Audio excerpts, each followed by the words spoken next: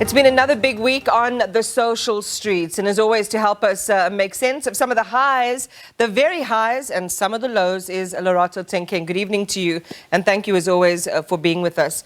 Quite a few subjects we want to get through to tonight, so let's perhaps kick off with the events in the Equality Court with regard to the Kiss the Boer case.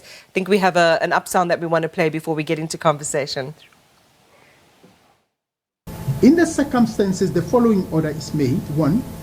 The complaint that the first in punch song, open quote, kiss the Boer or kill the Boer or kiss the farmer, close quote, constitute hate speech and unfair discrimination is dismissed.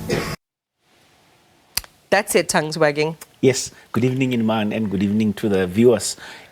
Because, you know, of the nature of how sometimes, particularly A. Julius Malema, when he does something. This is a song that had always been sung for many years, right? Even when you look at social media, there's a clip of President Thabo Mbeki, who again, when it was questioned when Julius Malema's mentor then, the late Bokaba, you know, when he had sung the song, and again it had come to the scene. Peter Bokaba, right? And now it was in the Equality Court, of course, sets the tongues wagging, but importantly, the ones that took Julius Malema to court,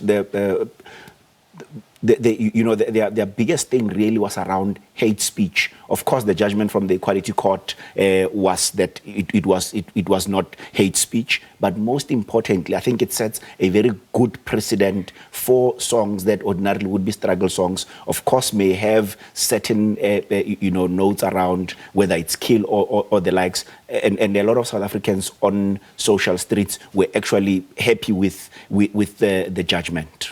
I mean, it's interesting how these debates change over the course of time. It's the same with language. The meaning is yes. One in one context, and that evolves and takes on an entire... We could have a whole conversation just Absolutely. about language alone.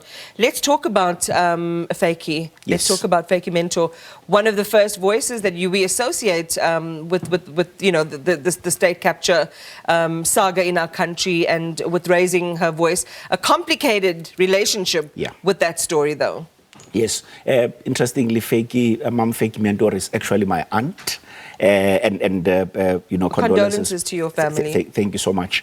And when she was at the State Capture Commission, of course, she was not only raising issues around impropriety with regards to corruption. She even raised issues of sexual harassment, right, which was something that to some extent, of course, she had indicated that she had raised it before when she had claimed that President Jacob Zuma had acted improperly around when it relates to that. And it was always interesting to see that, as somebody, although the State Capture Commission or her evidence was dismissed at some point as a not so consistent or reliable witness, it was good to see somebody who had always been standing up, because she was not really raising these issues for the first time. And of course, social media in the main, they had been, one lauding her for her long struggle history, but most importantly, standing for what is right and being there to blow the whistle, even against a strong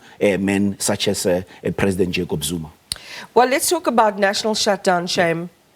Should we use those words together? And it's funny, I was reading a tweet that said, hi, I had plans. Yes. I had plans to not be anywhere but in my bed today. Track back 10 years earlier. In 2012, COSATU under Zolinzi Mavavi claimed that they had mobilized about 200,000 people around the country in a similar kind of, civil protest.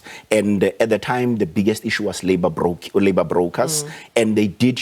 It was a show of force. Of course, when you look at it, then the biggest question had always been, but what have you achieved? The labor brokers are still here today. And again, of course, what perhaps made it a little bit of a damn squib was that, one, the two federations, SAFTU and COSATU, they did not hold a joint press briefing leading to the national shutdown, so showing some sort of, disagreements. But, of course, they claim that without a functioning train system, there was no way people would then respond.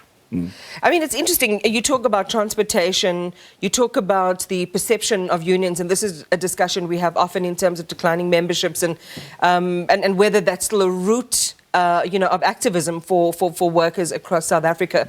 There's so many convergent and disparate themes inside the story of Stay Away in South Africa. That too is another conversation piece and practice that's changing and evolving over time. So I wonder if we're going to get those big numbers, so to speak, when acts like this, are presented. I suspect it will, but also considering that, remember, the biggest issue that they were raising was the rising, levels of, South Africans not being able to afford many things, right?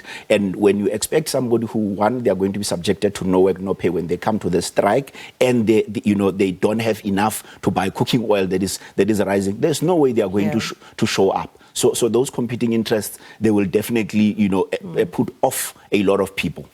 Let's put our tackies on because we're going to sprint through maybe one or two more. Babita Deokaran, yeah, of course. Again, so on the 23rd, it was the first anniversary since she was brutally killed by hitmen for again, standing against big men, people who, she had information that, and it's as the stories are, are rolling over now, with the story in the Tembisa Hospital, we know now about the skinny jeans that were procured, so it was in an attempt to untangle all of that, rot. And thankfully, a number of media houses have put up special projects where, they are helping to ensure that, one, we do not remember, that, we do not forget her name, but secondly, that she did not die in vain. And I hope that there will be consequences as time goes on.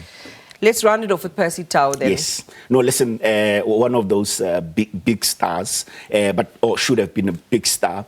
He left England, joining his mentor, Pitso Mosimane at Al Ahly in a big 3-year move, 3-year deal move that we had all thought that it was going to be rosy. Unfortunately, when his mentor left Al Ahly, as things would happen, it was not to be. Now he's set to be coming to, he may be coming to South Africa. Twitter is abuzz, particularly the Orlando Pirates fans. They are asking that he must come to them because, for the past while, they've not really had somebody who's as electric as him. It's a story to watch. Lorato, thank you, and always a pleasure talking to you on a Friday.